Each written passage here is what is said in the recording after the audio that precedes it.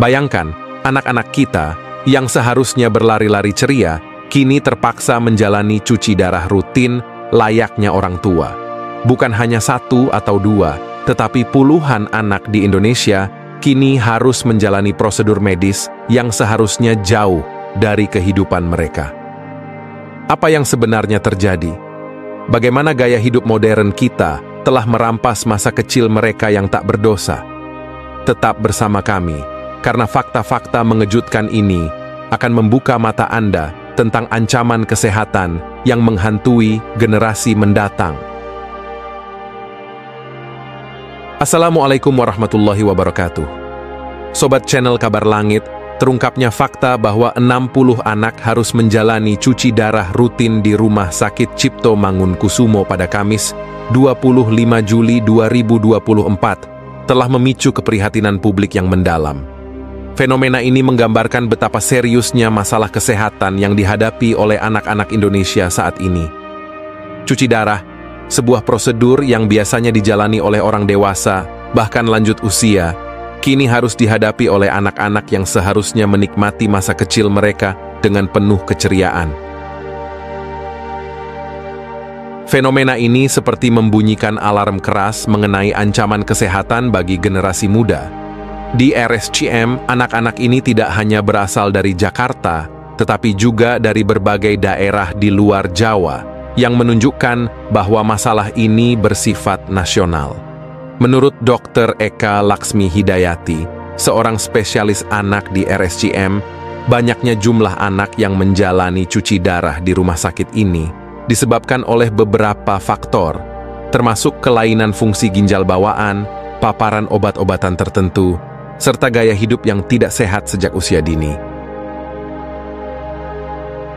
Penyebab gangguan ginjal pada anak-anak bisa sangat beragam. Selain kelainan bawaan dan paparan obat-obatan, gaya hidup modern yang semakin tidak sehat menjadi faktor yang semakin dominan. Gaya hidup yang buruk, terutama dalam hal pola makan dan minuman, menjadi salah satu penyebab utama yang memicu gangguan ginjal pada anak-anak. Konsumsi makanan cepat saji yang tinggi garam dan lemak, minuman berpemanis yang berlebihan, serta kurangnya aktivitas fisik telah menjadi bagian dari keseharian banyak anak di Indonesia. Faktor-faktor ini secara kolektif berkontribusi pada meningkatnya kasus obesitas dan diabetes pada anak-anak, yang keduanya merupakan faktor risiko utama gangguan ginjal. Kisah Faris, seorang anak berusia 8 tahun yang harus menjalani cuci darah 2 kali seminggu, memberikan gambaran nyata tentang dampak buruk dari gaya hidup tidak sehat pada anak-anak. Selama 4 bulan terakhir, selang kateter untuk hemodialisis sudah dipasang di dadanya, yang membuatnya harus berhenti sekolah dan terpaksa menjalani hari-harinya di atas kursi roda. Faris, yang dulunya aktif dan penuh energi, kini tidak mampu lagi berlari-lari seperti anak-anak seusianya karena mudah merasa lelah. Ibunya mengakui bahwa gangguan ginjal yang dialami Faris turut diperparah oleh pola makan yang kurang baik dengan konsumsi minuman berpemanis sebagai salah satu penyebab utamanya. Minuman berpemanis memang menjadi salah satu tersangka utama penyebab gangguan ginjal pada anak-anak. Makanan dan minuman semacam ini sangat disukai oleh anak-anak dan sayangnya, orang tua seringkali abai untuk mengingatkan anak-anak mereka agar membatasi konsumsinya. Iklan minuman berpemanis dalam kemasan yang membombardir setiap hari juga turut memperparah masalah ini, membuat gula menjadi semacam candu yang sulit dihindari oleh anak-anak. Menurut anjuran Kementerian Kesehatan, batas konsumsi gula harian yang aman adalah 10% dari total energi, yaitu sekitar 4 sendok makan atau 50 gram gula per hari. Namun, kenyataan di lapangan menunjukkan bahwa banyak anak yang melebihi batas ini, yang akhirnya berdampak buruk pada kesehatan mereka. Sebagai perbandingan, Kementerian Kesehatan menyebutkan bahwa minuman soda memiliki kandungan gula sebanyak 27 gram, setara dengan 1,8 sendok makan, sedangkan teh kemasan mengandung sekitar 20 gram gula, setara dengan 1,3 sendok makan. Minuman-minuman ini seringkali dikonsumsi oleh anak-anak tanpa pengawasan, yang berujung pada meningkatnya risiko gangguan ginjal di usia muda. Data dari Center for Indonesia Strategic Development menunjukkan bahwa masyarakat Indonesia mengonsumsi minuman berpemanis dalam kemasan setidaknya 1 hingga 6 kali per minggu. Kurangnya pemahaman tentang batas aman konsumsi gula, ditambah dengan maraknya paparan iklan minuman berpemanis, dikhawatirkan membuat konsumsi gula tidak terkontrol dan berdampak pada kesehatan anak-anak. Namun, gangguan ginjal bukanlah satu-satunya dampak dari gaya hidup yang tidak sehat ini. Anak-anak yang menderita gangguan ginjal juga berisiko mengalami komplikasi kesehatan lainnya, seperti hipertensi, anemia, dan gangguan pertumbuhan. Selain itu, kualitas hidup mereka sangat terpengaruh. Mereka mungkin tidak dapat berpartisipasi dalam aktivitas fisik yang normal untuk anak seusia mereka, yang pada gilirannya dapat mempengaruhi perkembangan sosial dan emosional mereka. Kondisi ini juga membawa dampak psikologis yang mendalam, baik bagi anak yang bersangkutan maupun keluarganya. Kembali ke kasus anak-anak di RSCM, Ketua Pengurus Pusat Ikatan Dokter Anak Indonesia, IDAI, Dr. Piprim Basarah Yanuarso, memberikan beberapa tips untuk mengurangi risiko gangguan ginjal pada anak-anak. Salah satu anjurannya adalah membiasakan anak-anak minum air putih, bukan minuman manis yang mengandung gula ataupun pemanis buatan, seperti high fructose corn syrup yang banyak terdapat dalam minuman-minuman kemasan.